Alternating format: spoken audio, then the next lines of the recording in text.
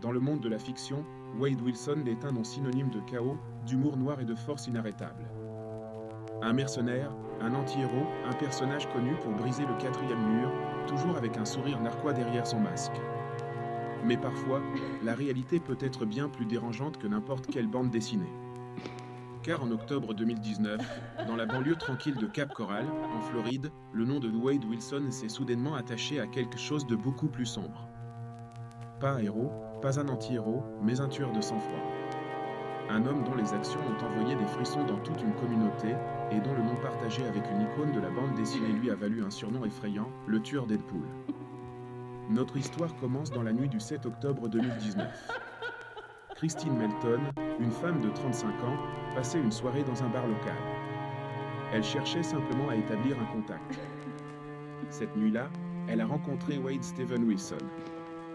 Ce qui s'est passé entre eux après qu'ils aient quitté le bar reste flou, mais l'issue fut horriblement concluante. De retour chez elle, Christine Melton a été assassinée. Elle a été étranglée à mort, apparemment pendant son sommeil, marquant le début effrayant d'une vague de crimes à travers le comté. La frénésie de Wilson était loin d'être terminée. Après avoir tué Christine Melton et volé sa voiture, il continuait de rouler dans les rues sombres de Cap Coral. Quelques heures plus tard, il a rencontré sa deuxième victime, Diane Ruiz. Diane, une mère de 2 enfants de 43 ans, rentrait simplement chez elle après son travail de barman. Wilson s'est arrêté, lui a demandé son chemin et l'a attirée dans la voiture volée. Alors qu'elle tentait de s'échapper, il l'a attaquée. Elle a été battue, puis étranglée. Mais l'horreur ne s'est pas arrêtée là. Wilson a jeté le corps de Diane Ruiz hors du véhicule. Puis, dans un acte de cruauté calculé et grotesque, il a roulé sur son corps à plusieurs reprises avec la voiture volée. Plus tard, dans sa propre confession glaçante aux autorités, il a déclaré son motif pour cet acte horrible et spécifique. Il a dit qu'il l'avait fait pour la faire ressembler à des spaghettis. Cette seule et cruelle citation a parfaitement cristallisé le manque profond d'humanité dans ses actions. Ce fut un dernier acte de violence froide qui a mené directement à sa capture.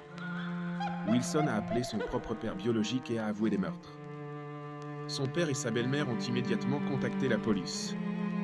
La vague de double meurtres chaotiques et de courte durée de Wade Steven Wilson était terminée.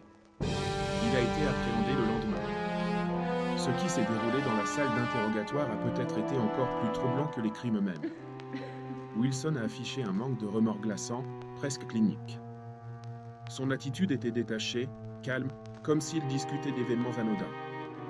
Lorsque les détectives lui ont demandé s'il serait prêt à commettre un autre meurtre, il a répondu sans hésitation « Je le referai ».